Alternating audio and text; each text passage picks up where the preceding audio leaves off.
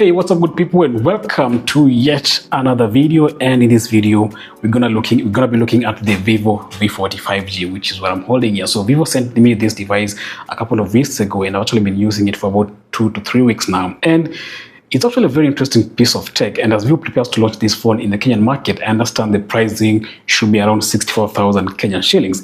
And with this phone, Vivo is actually trying to push boundaries, right? Delivering some quite interesting performance, a very stunning design, which I really liked, and impressive camera capabilities. And the biggest highlight actually this time around that Vivo is bringing to this phone is the Zeiss optics. And I need to mention that since 2020, Vivo and Zeiss have actually been collaborating, similar to, of course, what we've seen with a lot of other smartphone brands, partnering with, of course, renowned, camera manufacturers or camera companies. We've seen that with Xiaomi, we've seen that with Oppo, and these collaborations typically appear on flagship products. So it's surprising to see actually Zeiss optics featuring in mid-range devices or the mid-range V40 series, like what we have on the Vivo V40 5G.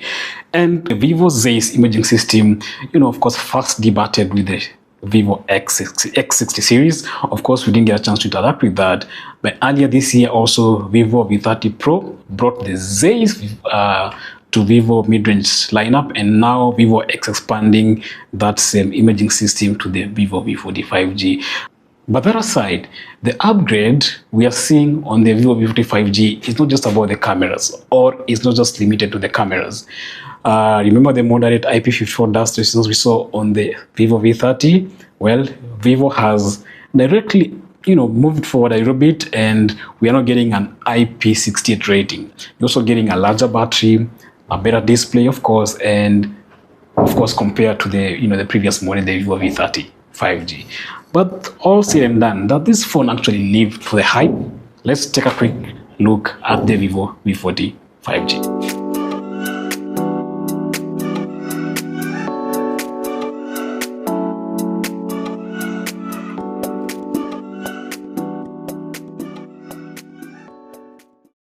So here's the thing. One thing I love about Vivo is how the company is just able to completely overhaul its design with each and every new series it unveils for the market. And the Vivo V40 5G, it's just that, totally different in terms of design compared to what we had with the Vivo V30. And it looks pretty good with the circular camera module on the top left at the back and an assisting aura light ring right below it. The phone also comes with very nice looking curved sides. There's a glass back, which looks quite nice actually, and very minimalistic if you ask me.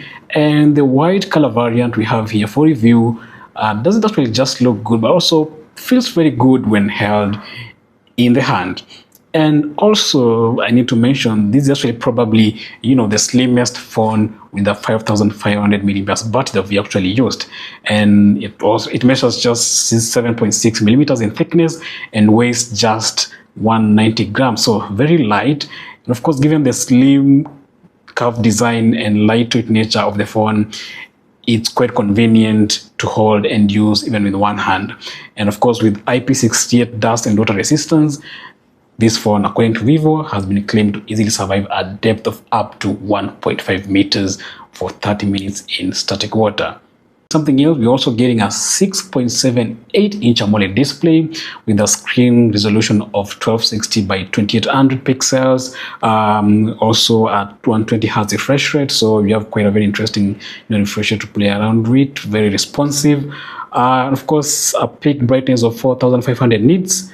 And of course with an impressive pixel density of 453 ppi.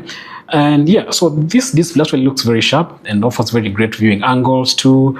And of course, as a huge fan of very curved display, I love what Vivo has done with this phone. It looks pretty good actually, and the flowing effect on the sides of the display does deliver a more immersive experience. And of course, the responsive panel that offers a high contrast ratio and vibrant colors, this phone actually is very good to use to stream your favorite movies, to play your favorite games. The display offers quite a very immersive experience.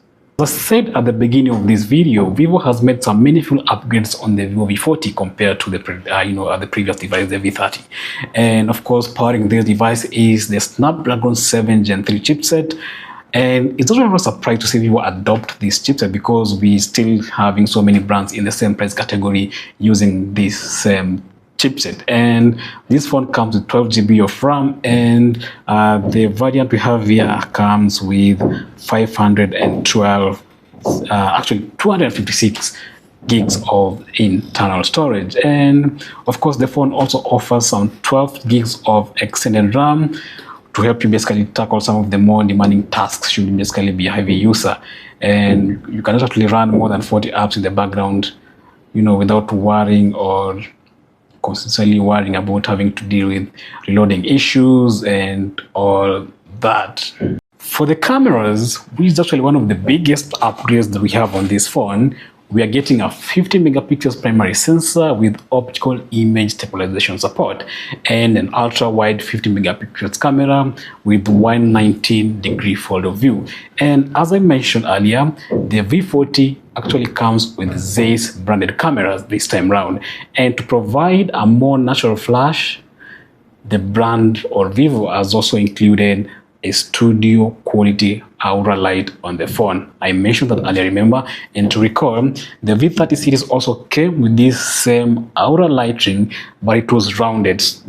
It was actually in a rounded square shape, but this time around you get a circular light. But of course the idea remains the same, to just give you with more natural light or more natural flashlight to basically help improve low light images without basically overexposing them, of course, unlike regular flash.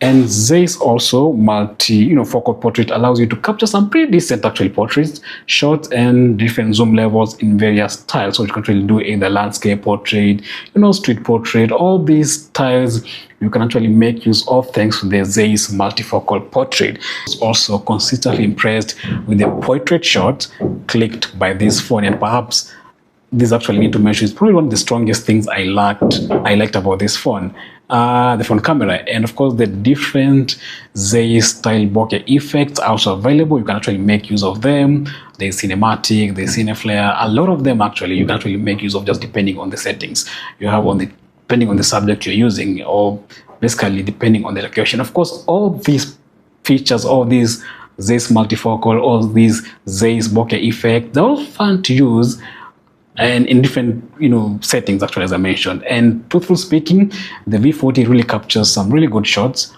irrespective of lighting conditions. The Vivo V40 5G, it's quite a very interesting phone, and having used it for the last couple of weeks, it's a phone I would really recommend for anyone looking to buy and has some 60 or 64,000 shillings to spare. And here's the thing, I love the portrait shots, I love the camera, and Zeiss partnership with Vivo actually has added a plus to this phone because you are getting a lot of interesting Zeiss camera modes that you can play around with on this phone. Then there's of course the peak brightness of 4500 nits. That's quite something actually that I really like. The performance wise, no struggle. The chipset dies, despite it being similar to the one we have with the V30, it does quite a pretty decent job. And of course the 5500 milliamp battery is able to last you a full day without you having to worry about running out of juice. And of course design wise, Vivo got everything right. The white color we have here is also quite decent. The camera, the design, everything out of this phone looks pretty decent. And yeah, basically that is for this short video. We're going to be having a written video article review actually on the blog on the same. I'll just give you a more detailed review and a more detailed explanation of the different things that I feel we might have missed on this review. Thank you so much for watching. I'll see you in the next video. So tell us, would you actually buy the Vivo V40 5G? Thank you so much for watching. I'll see you in the next one.